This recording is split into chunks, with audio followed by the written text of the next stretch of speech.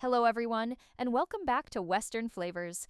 Before we get into our new episode, let's recap the tense, high-stakes events from our last story. With their backs against the wall, Ty made the desperate and unthinkable decision to contact his old enemy, Prince Ahmed, the man behind his original kidnapping. In a tense, secret meeting, Ty offered a deal. He would provide the intel to dismantle Nathan Price's entire operation in exchange for the tactical resources needed to assault Nathan's mountain fortress. The episode ended on a shocking cliffhanger as Ahmed, seeing a perfect opportunity to eliminate his own rival, agreed to the devil's bargain. If you're enjoying this new season, please take a second to hit that like button and be sure to subscribe so you never miss a chapter. Now today, the unholy alliance is solidified as Ty's small resistance receives a delivery from the devil himself. The night was a vast and silent thing in a wide and secluded meadow deep in the national forest, a good 10 miles from their safe house. The 5 members of the Heartland resistance stood waiting. The only light came from the brilliant and impossibly dense river of the Milky Way, which flowed across the black, moonless sky. The air was cold and still, and thick with a tense and anxious anticipation. They were waiting for a delivery from the devil. Tim Fleming stood with his arms crossed, his posture a rigid wall of a disapproval and a disgust. He had not spoken a single word since Ty had returned from the meeting at the airfield. He was a man who lived by a simple and unwavering moral code, and they had just, in his opinion, shattered it into a million pieces. I still don't like this. Not one bit. We're in bed with the enemy, Ty, the real enemy, the man who started all of this. It's a deal that's going to come back to haunt us. I can feel it in my bones. Ty stood a few feet away, his gaze fixed on the empty and star-filled sky. We didn't have a choice, Tim. His voice was a quiet and weary thing. We can't fight a monster like Nathan with our hands tied behind our backs. We needed a weapon. Ahmed is just a weapon. And when this is over, we will deal with him too. But first, we get our family back. Caleb, ever the pragmatist, was focused on the immediate and tactical problem. You sure this is the right spot?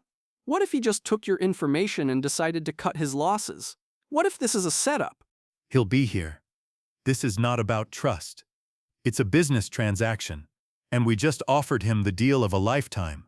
As if on a cue they heard it, a low and distant hum, a sound that was at first almost imperceptible, a faint vibration in the quiet air. The hum grew steadily louder, resolving itself into the unmistakable and throaty drone of a large and low-flying aircraft. They all looked up, their faces a mixture of a dread and a desperate hope. A shape, a dark and sleek shadow, blotted out the stars. It was a cargo plane, a military-grade C-130, flying without any lights, a true ghost in the night sky. It made a single low pass over the meadow, the roar of its engines a deafening and terrifying sound that seemed to shake the very ground beneath their feet. And then, something detached from its dark underbelly. A series of 3 large and dark shapes, each one blooming into a silent and black parachute. The devil's delivery. The packages drifted down, landing with a series of soft and heavy thuds in the center of the meadow, not 100 yards from where they stood. The plane, its mission complete, banked sharply and disappeared back into the darkness, its engine noise a fading and distant memory. The silence that returned was even more profound than before. The 5 of them stood there for a long moment, staring at the 3 dark mounds that now sat in the center of their field. It was real. The deal was real. And the war had just, in a very real and very tangible way, been escalated. They approached the packages cautiously, their weapons, a collection of hunting rifles and shotguns, held at the ready. But the packages were just what they seemed, large and durable, military-style supply caches. They opened the first one, and the contents made them all let out a collective and disbelieving breath. It was like Christmas for a small and very well-funded army. There was sophisticated and military-grade communications gear, encrypted radios with a satellite uplink that would be completely immune to Nathan's jammers. There were high-powered and thermal night vision goggles.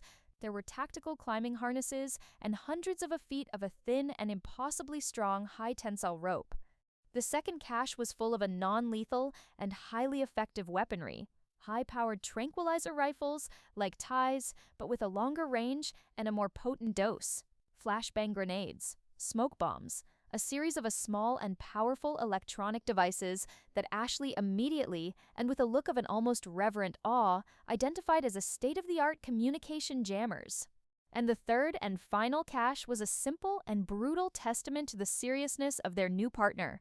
It was full of a military-grade body armor and a collection of sleek and black assault rifles. Tim looked at the deadly and efficient weapons, a look of a profound and deep conflict on his face. He was a man who understood the language of violence, but this was a language he had never intended to speak. The team stood in the starlight, surrounded by the tools of their new and terrible trade. The small and desperate resistance was gone. In its place was a formidable and lethally equipped assault team. They had the gear, they had the plan. They were, for the first time, a force that could truly and finally go to war with Nathan Price. But the price of their new power, the unholy alliance that had provided it, was a heavy and unspoken weight on all of their souls. While Ty and his team were a world away, inventorying the tools of their new and terrible war, two separate and silent battles were being waged deep within the heart of the mountain fortress. Peter Morris, a prisoner in a suit, sat at the gleaming modern desk in his luxurious suite. He had spent the last 2 days playing the part of the perfect and co-opted consultant. He had stabilized Nathan's plummeting stock.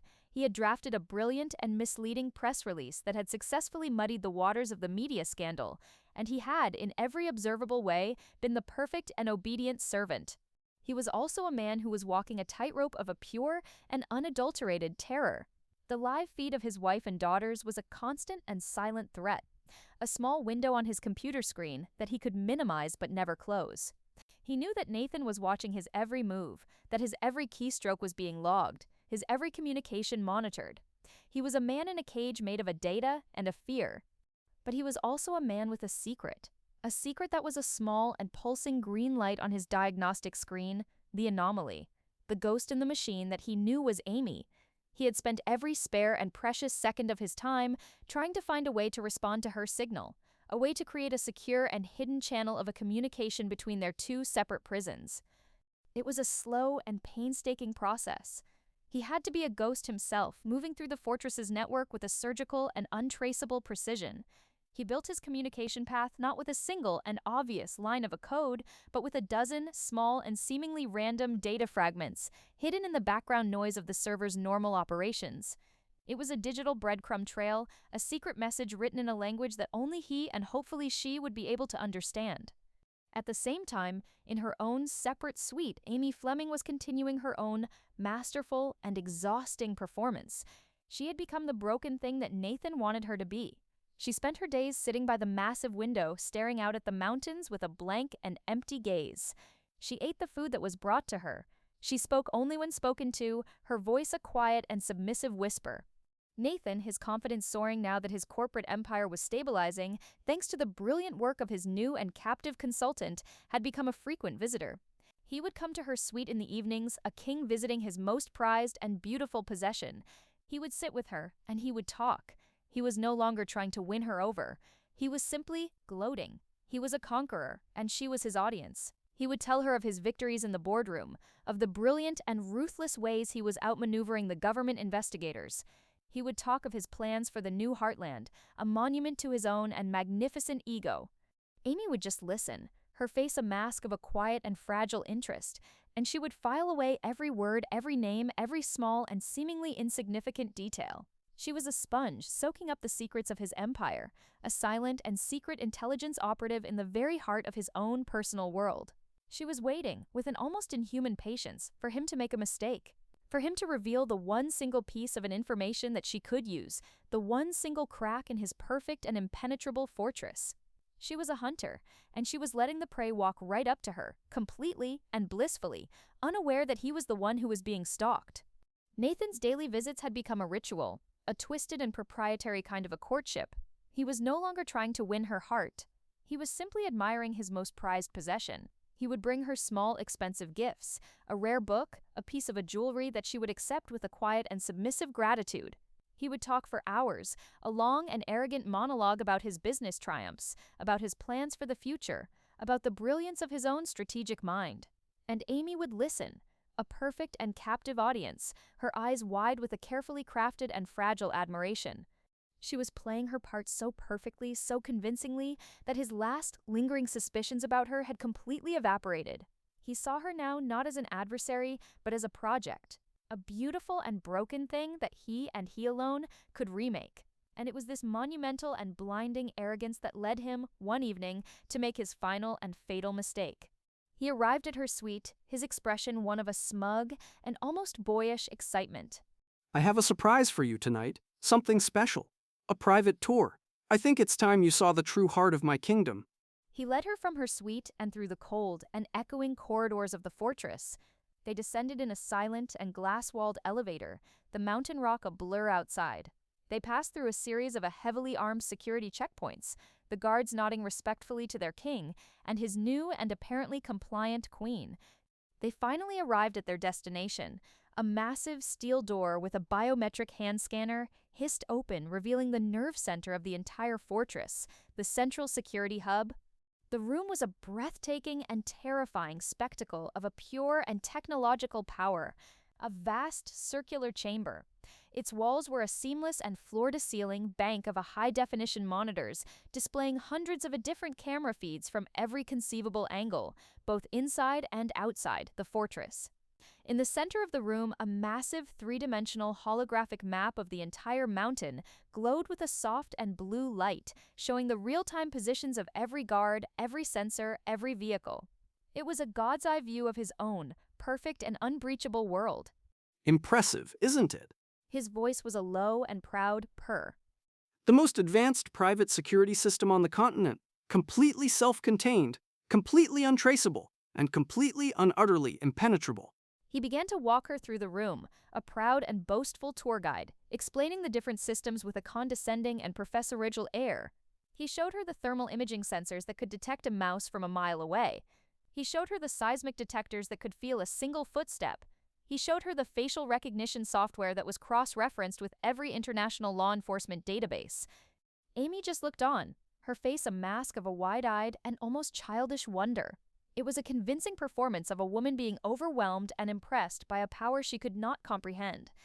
Inside, she was a cold and analytical machine, memorizing every detail, every screen, every potential weakness. He led her to a section of the wall that was different from the others.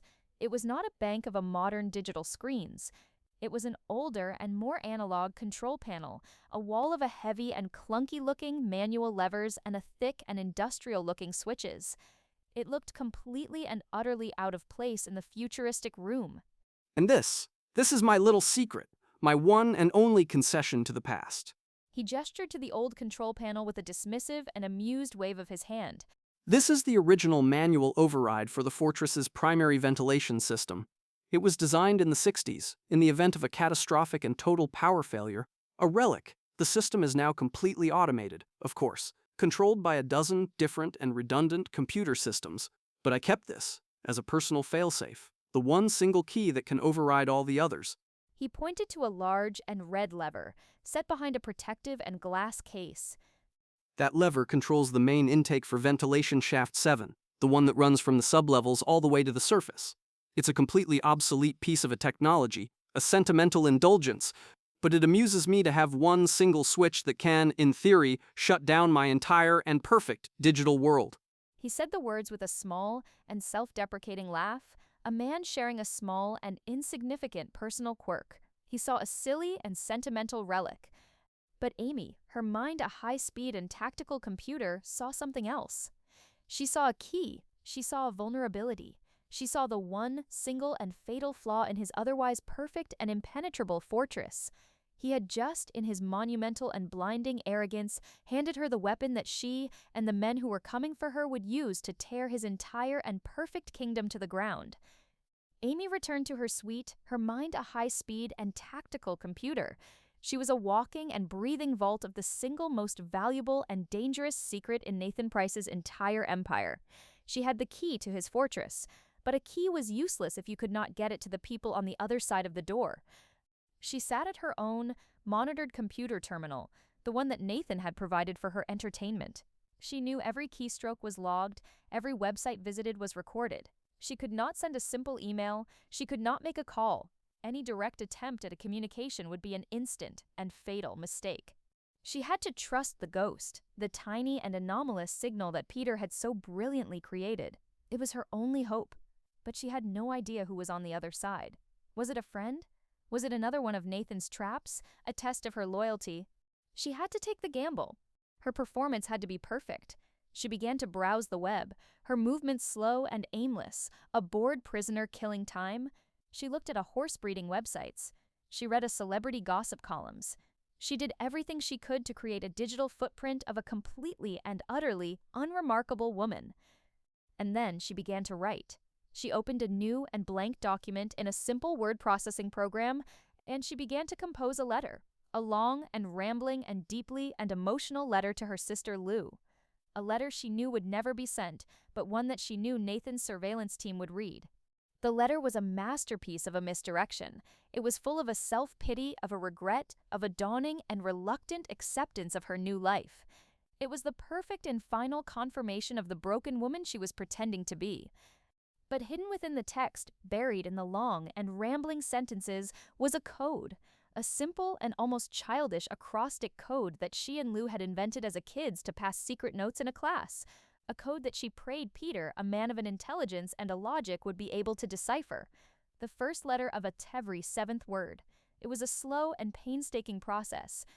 At the same time, in his own separate suite, Peter Morris was watching his own screen with an intensity that was a prayer. He saw the new document open on Amy's terminal. He saw her begin to write, and he began the tense and high-stakes process of a real-time decryption. He read the letter, his mind a blur, filtering out the emotional and misleading, chaff and focusing only on the sequence of the letters that were the true message. Shaft, his heart began to pound. It was working. 7. He was a man on a digital tightrope, intercepting a secret message in a real time, right under the nose of his own, and very dangerous Warden. Manuals. He continued to decipher, his own fingers flying across a hidden and encrypted notepad on his own screen. Trade. The final piece of the puzzle slammed into a place. He did not know what it meant, but he knew, with a certainty that was a cold and electric shock, that it was the key. Amy finished the letter. She saved the document to the desktop, a place she knew it would be found, and then she closed the program. She had done it. She had passed the message. She had thrown the key over the wall of the fortress, and now all she could do was pray that the ghost on the other side was a friend, and that he knew what to do with it. Peter stared at the decrypted message on his screen. Shaft 7 manual overdied. The words were a cryptic and tantalizing puzzle.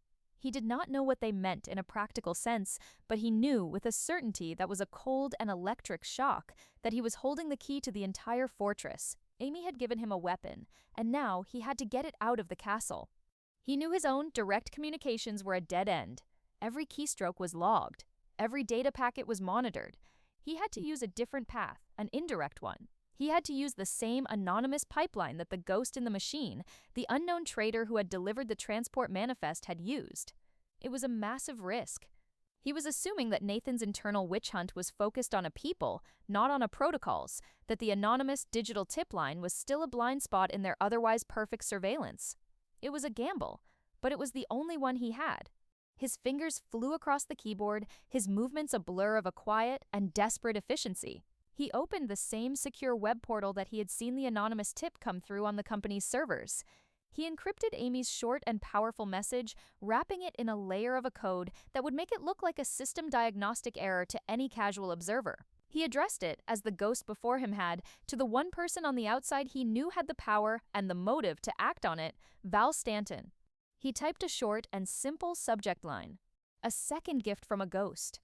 And then, with a final and heart-stopping click, he sent the message. He immediately, and with a practiced surgical precision, erased all traces of his activity, scrubbing the server logs, deleting the temporary files, leaving behind a digital footprint that was as clean and as empty as a windswept desert.